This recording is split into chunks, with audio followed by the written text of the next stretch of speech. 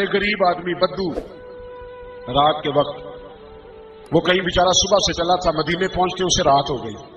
اس نے ڈرتے ہوئے نا خیمہ ہی باہر لگا لیا. جہاں رات ہوئی نا آدھی رات کو کوئی 1-2 بجے سمجھ لے پہنچا مدینے، تو اس نے باہر میں خیمہ لگا لیا.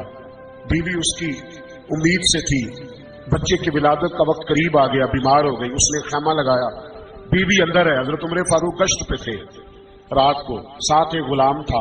حضرت عمر فاروق رضی اللہ تعالیٰ عنہ کہنے لگے وہ آگ جل رہی ہے تھوڑی سی، پتہ کرو کون ہے. تو آپ کا غلام پتہ کرنے گیا تو بدو نے ڈانٹ دیا، کہنے لگے جاؤ تمہیں کیوں بتاؤں. حضرت عمر خود گئے، کہنے لگے مسافر بھائی بتا تو صحیح. کہنے لگا جی چھوڑے، میں آپ کو کیوں بتاؤں میں کون ہوں کیسے آیا ہوں. فرمایا خیمے کے اندر سے کراہنے کی آواز آتی، کوئی درد سے چیخ رہا ہے، بتا ہمیں بات کیا ہے. کہنے لگا جی میں فلاں بستی فلاں علاقے کا ایک غریب ہوں، امیر المومنین عمر فاروق سے ملنے آیا ہوں، اور رات ہو گئی ہے تو یہاں خیمہ لگایا ہے، صبح میں ان سے مل کے چلا جاؤں گا. تو رات کو تکلیف دینا پسند نہیں کیا، تو میری بیوی امید سے تھی. اب بچے کی ولادت کا وقت قریب ہے، پاس کوئی نہیں. حضرت عمر کہنے لگے تو ٹھہر میں ابھی آیا. چہرے پہ نقاب، اسے بتایا نہیں میں ہی امیر المومنین. عمر دوڑے گئے، اپنی زوجہ سے کہنے لگے اگر تجھے بہت بڑا اجر مل رہا ہو تو حاصل کرے گی. کروں گی. تو کہنے لگے چل پھر میرے ساتھ، بہت بڑا اجر ہے. ایک دوست کے ہاں ولادت کا وقت ہے، ضرورت کی چیزیں ساتھ لے لو. اس عورت نے تھوڑے دانے لے لیے، گھی لے لیا. حضرت عمر سے کہنے لگی لکڑیاں اکٹھی کر لیں.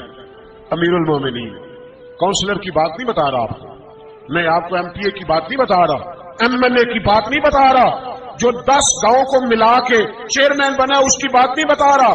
اس کی بات بتا رہا ہوں جو 22 لاکھ مربع میل کا حکمران ہے. اس کی بات بتا رہا ہوں جو گلی سے گزرے تو شیطان رستہ ہی بدل جاتا ہے.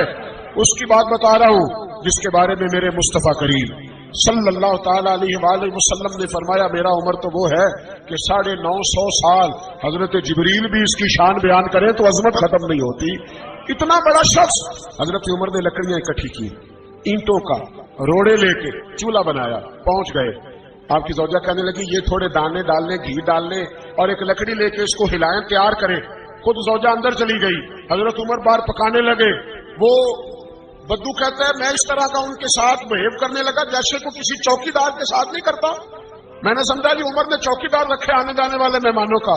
میں کبھی پانی کا پیالہ مانگتا، کبھی کوئی بات. عمر دوڑے جاتے، کبھی پانی لاتے. او مسلمانوں، او میرے رسول کے غلام عزیزو. حضرت عمر فاروق وہ غلام کہتا ہے میں عمر سے کہتا، میں کہتا غلام پانی لا تو عمر دوڑ کے پانی لاتے. میں کہتا تجھے گھی پکانا بھی آتا ہے، پہلے بھی کبھی پکایا ہے؟ تو عمر فرماتے کوشش تو کر رہا ہوں. میں کہتا پہلے بھی کبھی تیری بیوی نے یہ کام کیا ہے؟ تو حضرت عمر کہنے لگے مجھے یاد نہیں، پوچھ کے بتاؤں گا. کہتے ہیں کیا رنگ تھا، کیا انداز تھا، کیا مصطفیٰ کی تربیت تھی، کیا انداز حضور نے سکھائے غلاموں کو. یہ کس طرح کا امیر ہے کہ یہ ہنڈیاں پکا رہا ہے، پھونکے مار رہا ہے ایک غریب کے لیے، دیہاتی کے لیے جسے جانتے بھی نہیں.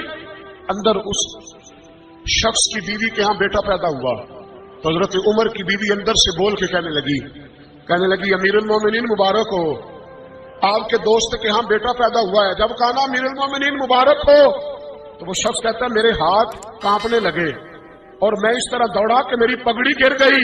میں دوڑا تو عمر نے بلایا، کہا کدھر جاتے ہو؟ کہنے لگا آپ امیر المومنین ہیں، آپ امیر المومنین، آپ عمر ہیں. کیسے و کس طرح جس کے نام سے کانپے آپ وہ ہیں جسے مصطفیٰ نے دعا مانگ کے اللہ سے مانگا، وہ والے عمر ہیں آپ. جس کے لیے علی المرتضیٰ فرماتے ہیں میں روز دعا کرتا ہوں، وہ والے عمر ہیں. جس کے بارے میں ابوبکر صدیق نے فرمایا تھا کہ میں اللہ سے کہوں گا مولا جو تیرے محبوب کی امت کے حق میں سب سے بہتر تھا میں اسے خلیفہ بنا کے، وہ والے عمر ہیں. عمر امیر المومنین کی بیوی وہ تو خاتون اول ہوتی ہے، وہ تو ملکہ ہوتی ہے، اور تیری بیوی دائی بن کر ایک غریب کے بچے کے پاس بیٹھی رہی ولادت کے وقت. عمر امیر المومنین ہو کے تیری داڑھی ساری دھومے سے بھر گئی، تو ڈیوٹی کرتا رہا. تو سیدنا عمر رو پڑے اور اس بدو کو سینے سے لگا کے کہنے لگے تجھے پتہ نہیں تو کہاں آیا ہے؟ اس شہر کا پتہ ہے؟ اس نے کہا حضور کہاں ہے؟ فرمایا یہ میرے نبی کا مدینہ ہے، یہ مصطفیٰ کا مدینہ ہے. یہاں امیروں کا استقبال نہیں ہوتا، یہاں غریبوں کے استقبال ہوتے.